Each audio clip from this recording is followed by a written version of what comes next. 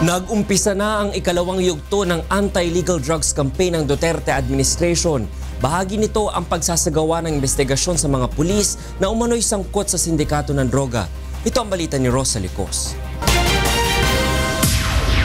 Itinuturing ng pamahalaan na matagumpay ang unang bahagi o Phase 1 ng kanilang anti-illegal drug campaign.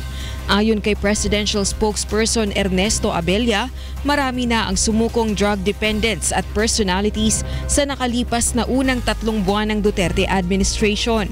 Bunsod nito, nagsimula na ang mga hakbang para sa Phase 2 ng kampanya kung saan iniimbestigahan na ang sinasabing police officials na isinasangkot sa operasyon ng iligal na droga. That Phase 2 of the campaign is already started with the investigation of police officers involved in illegitimate operations. Bahagi rin ng Phase 2 ang rehabilitation sa daang-daang libong gumamit ng ipinagbabawal na gamot.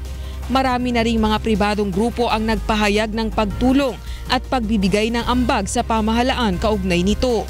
Batay naman sa pinakahuling impormasyon ni Secretary Abella, inumpisahan na rin ang groundwork sa ipinangakong tulong ng China sa pagpapatayo ng karagdagang rehabilitation center sa bansa.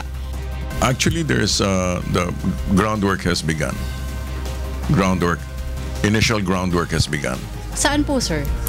As far as I know, it's in northern Luzon. Muli namang nanindigan ng pamahalaan na hindi kinukonsinti ng Administrasyong Duterte ang drug killings.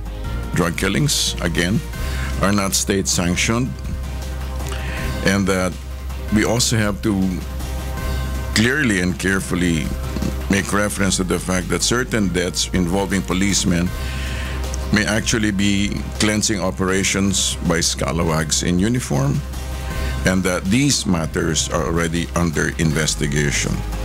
Rosa Licos, UNTV News and Rescue, Malacanang.